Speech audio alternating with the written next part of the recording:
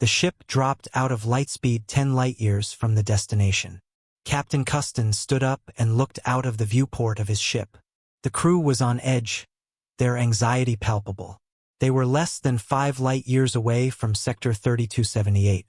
The vanishing sector. The tension in the air was thick, as they were all there to try to uncover the chilling mystery of why ships vanished if they entered that sector. The Galactic Union had sponsored him because they would not pay out any insurance. For all intents and purposes, this was a perilous mission, a potential suicide mission. Everybody who looked at Sector 3278 could see the solar system that was supposed to be there, and 3 of the moons around the planet were within the habitat zone. The most likely candidate was the 3rd planet. There had even been some signals coming from the zone. Old reports even mention life. Outside, he could see the star of Sector 3277. There was a fully automated satellite station in orbit around one of the planets. It was simple there to send out a warning signal to any craft nearing the area and to record any incidents. He turned to his second-in-command. Patch into the satellite and link up with it. If we vanish here, then at least somebody will get our data. His second-in-command, Clada, nodded and linked them up. Then Custon addressed his crew. There were only 10, and most of them Shusan liked him. Green-skinned humanoids with black or brown hair and slightly pointed ears. He took a deep breath before he spoke. We have arrived at our destination. This is it. We will either discover the secrets or, like all who came before us, vanish. So, if you have second thoughts, then you have one last chance. You can be transported to the satellite, put in suspended animation, and wait for pickup. They have a checkup coming around every 5 standard year. Or if we are lucky, we will pick you up on the way home from a successful mission. But if you are still brave and curious about solving this mystery, then confirm your place, and we can start this mission. He looked at his console as his whole crew confirmed their place. He could not help feeling proud of them as he turned his attention to the outside again. Take us to the edge of the safe zone, port-facing Sector 3278. Aye, Captain. The pilot quickly maneuvered the craft into position. We are in position, sir. Good launch probe. Destination 3.5 light-years from target. Launching probe. He watched as one of his 10 very expensive probes launched from the small hangar. He had 10 of them and fully expected to lose them all in this undertaking. It jumped into lightspeed, and within minutes they got a reply ping. It had not vanished. So far so good. Launch second probe destination 3.4 light-years from the target. The second probe was launched, and the result was the same again, so he ordered another probe and continued until he had sent all 10. The last probe is 2.5 light-years from the target. I guess it's safe to travel that close. Take us to 2.6 light-years from target and send the droids except number 10 to that location for pickup and refueling. He knew this was a long and tedious way to approach the sector, but he didn't want to take unnecessary risks. When the drones were collected and refueled, they started the process again. He was almost half asleep as they sent the drone for the 1 light-year distant mark. First, it sent back its signal and then it just vanished. The whole bridge went quiet.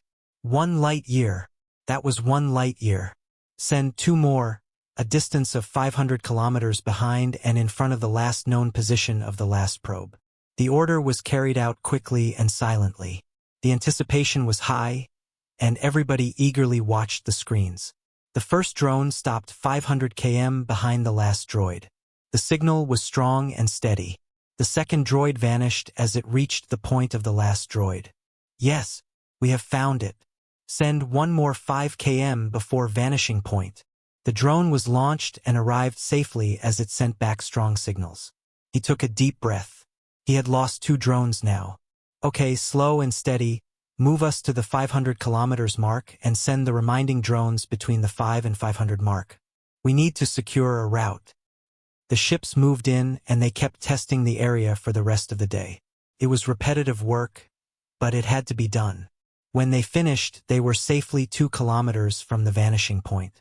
It was getting quite clear that the vanishment point was at 1.0006 light-years from the star at Sector 3278.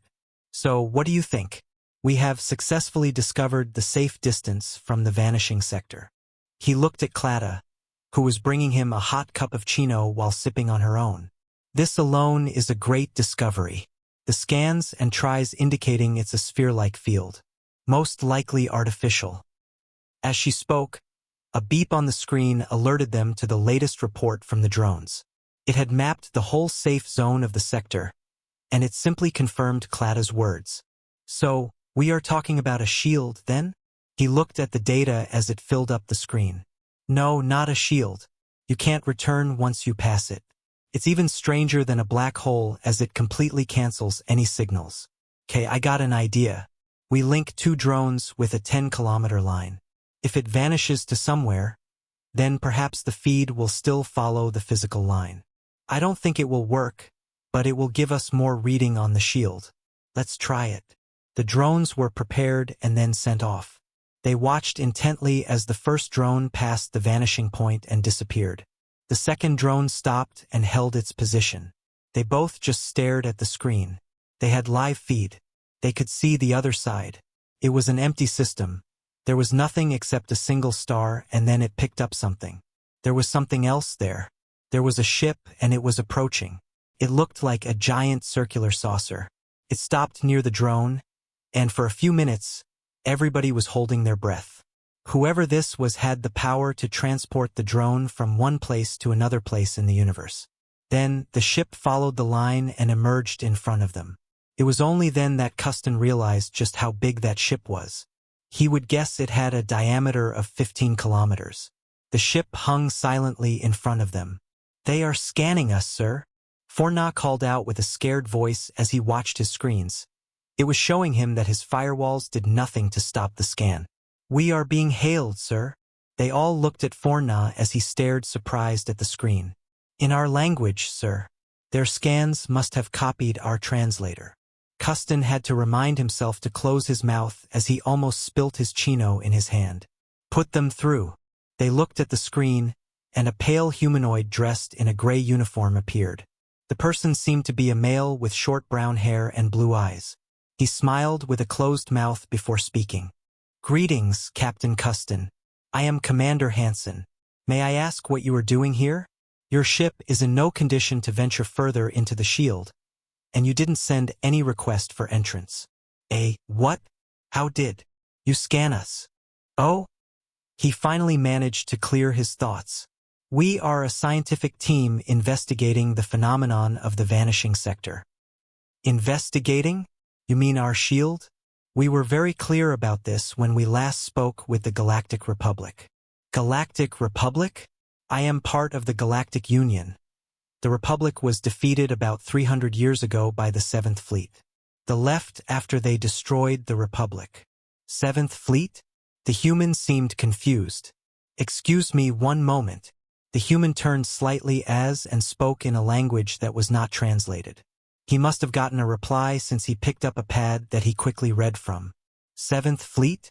From what species? We don't know. They called themselves the 7th Fleet of Dirt. They made a surprise attack on the Galactic Republic.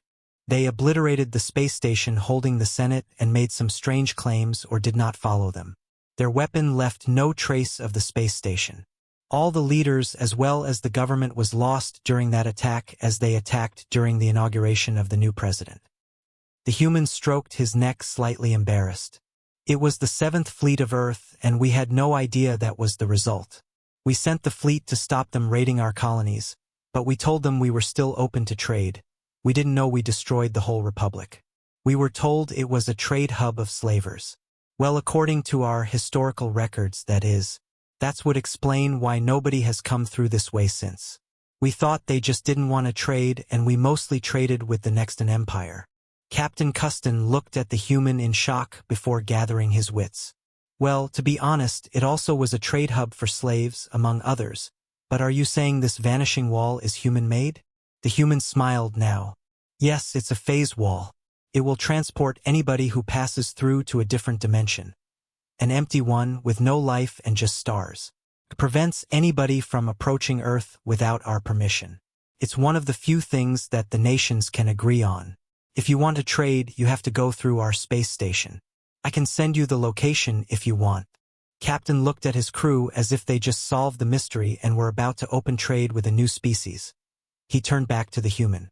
Yes, please. That would be very appreciated.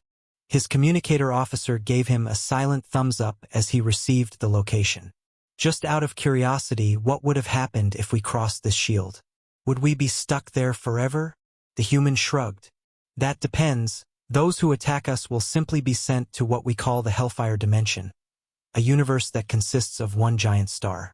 Those who are peaceful will be escorted out, though many have requested to be escorted to other dimensions.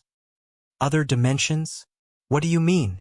That's what the phase wall is, an open dimension gate. As you probably know, all dimensions spring out from one universe, but when massive events happen, they split into several new dimensions with different results. There is a dimension where the Galactic Republic was not defeated and crushed humanity, one where we broke for peace, and both exist, and probably one where we still fight. So many are tempted to try out another dimension. We give them a year in said new dimension before we close the gate. Most are happy with where they go. The most popular is a universe without a species you call Korthan. I think that's the name. We call them xenomorphs. Captain Custon thought about it. That was tempting, but he had to bring the news back home first. Thank you for the information. We will fly to your coordination now. We would love to learn more about you and your people. The human smiled. It has been my pleasure. Oh, by the way, I will send over the drones you sent through now. No point in having them litter our empty phase world. Captain Custon watched as the lost drones flew back towards the ship and parked in the hangar, and he could not help but wonder just how advanced these humans were. They must have gone into dimension with much more advanced tech and stolen it. With this phase world technology, they would have access to all the universe's technology.